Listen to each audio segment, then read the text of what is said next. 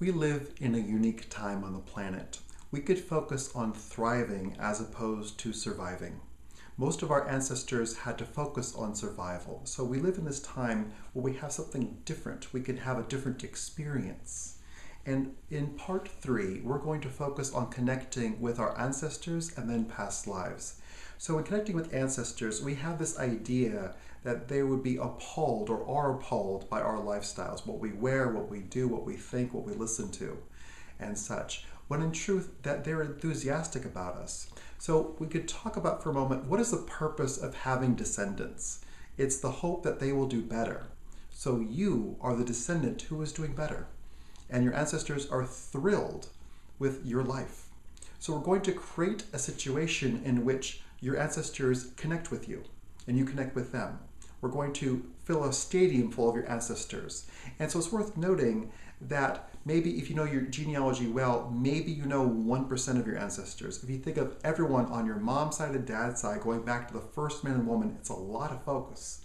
And we tend not to know them. So we're going to encounter a lot of strangers. Your Renaissance ancestors, your Neanderthal ancestors, your cave person ancestors, and let them see your life now. And in doing so, we're going to get into a sense of harmony and let your ancestors act as a unit of support, supporting your life, thrilled for you. And with that, we're going to go through a cleansing process with yourself and the ancestors to release any outdated ideas, patterns, or beliefs around romance. So if you think about the role of women through history, so think of your Neanderthal ancestors' view of women, or even in let's say in the 20th century, anything before that, women were marginalized. So we're going to clear all that, clearing away arranged marriages, clear away a space where women have no say, and get into a space where we're releasing any outdated or not helpful ideas around romance and sexuality and marriage.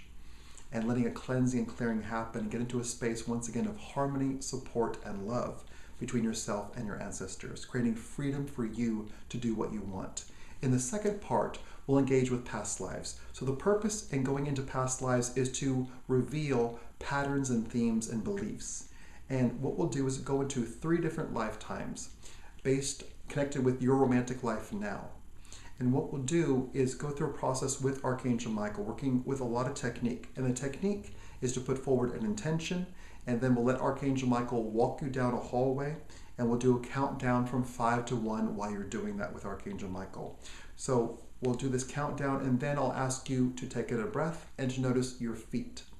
And you know in a movie, when someone's unconscious and they come back into consciousness, it starts with a close-up and then it expands out. We're going to do the same thing. So when we get to 1 in that countdown, I'll ask you to breathe in and notice your feet, and there'll be someone else's feet. So I'll talk you through a process, noticing if there are men's feet, women's feet, or children's feet, wearing shoes, sandals, or barefoot, inside or outside, just gathering detail, letting the world get bigger, bigger, bigger, so you see this lifetime and you encounter it. And I guarantee you, you're not making it up. We're going to work with a lot of technique, and you'll be completely warmed up by the time we get to past lives. And your connection with Michael will be quite vibrant. So the purpose of past lives, once again, is to reveal things. So in my experience, the first time I did past lives with someone, there was a woman I was gaga in love with and didn't know why, because she wasn't that nice. She was also dating someone else. So she chose someone else over me. So in going into this past life with her, the pattern was that I was always her second choice. That in multiple lifetimes she chose someone else over me. So in this lifetime, that pattern was repeating. And I had the choice to let that go and to discover and reveal the relationship in which I was someone's first choice. So it's that kind of change. Also, in the 3 different lifetimes that we go into, we're going to activate in your DNA, in your cells, all that is powerful and positive from that past life. We'll also release, turning off the light switch of anything that no longer serves you, old beliefs, old dynamics, old patterns.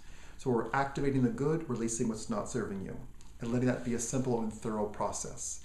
This really is a space where we gather a lot of information about ourselves and release old ideas, and letting ourselves have a fresh foundation to manifest what we want from. So enjoy part 3.